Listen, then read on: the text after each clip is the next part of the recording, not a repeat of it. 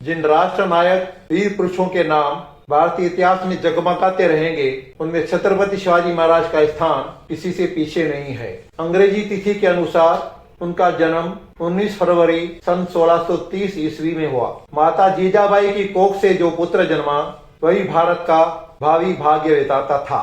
जन जन खुशियां मना रहा था, मिठाइयां बांटी जा रही थीं।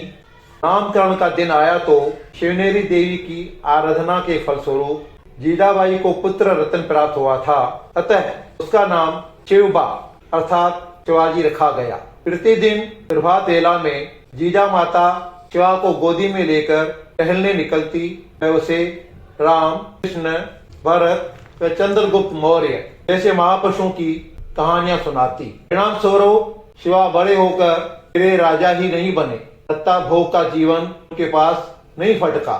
अपने लिए कुछ बना बैठने की बात उन्हें नहीं सूझ पाई। उनका जीवन आरंभ से अंत तक संघर्ष और पराक्रम का ही रहा।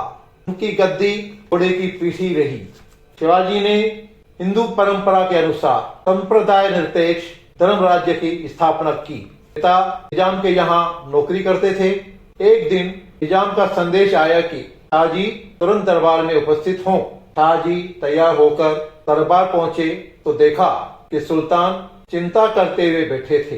कारण दिल्ली के बादशाह और आदिल शाह दोनों एक हो गए थे और आक्रमण करने की तैयारी कर रहे थे। शाहजी ने कहा, सुल्तान किसी बात की चिंता न करें, आपकी रक्षा के लिए कोई कसर बाकी न छोड़ेंगे। सन 1624 में अहमदनगर के निकट भातवाड़ी के स्थान पर युद्ध हुआ और शाहजी विजय प्राप्त कर लौट आए। शाहजी जब अपने महल में लौट कर आए तो जीजाबाई ने दुखी स्वर में कहा, विदेशी शासकों के राज्य संरक्षण के लिए हौसले अपना खून बहाना बंद कर स्वराज्य स्थापना के लिए प्रयत्न क्यों नहीं शुरू करते। इधर भातवाड़ी की विजय के कारण सुल्तान मन ही मन शाहजी से आशंकित हो उठे। शाहजी को भावी समस्या समझने लगे। निराश हो शाहजी निजाम का दरबार छोड़ अपनी रियासत की देखभाल करने लगे। बीजापुर के आदिल शाह को जो ही यह समाचार मिला तो उन्होंने शाहजी को अपने दरबार में आमंत्रित किया। अब शाहजी की तलवार बीजापुर के लिए चमकने लगी। केरल प्रदेश तक उन्होंने दावे बोले, कई युद्ध जीते। इसी बीच आदिल शाह मर गया तो परिस्थिति बदलने लगी। निजाम शाही ने शाहजी को पुनः पूरे सम्मान के साथ अपने दरबार में आमंत्रित किया। सुल्तानों की इन न समाप्त होने वाली लड़ाइयों में जनता पिस रही थी।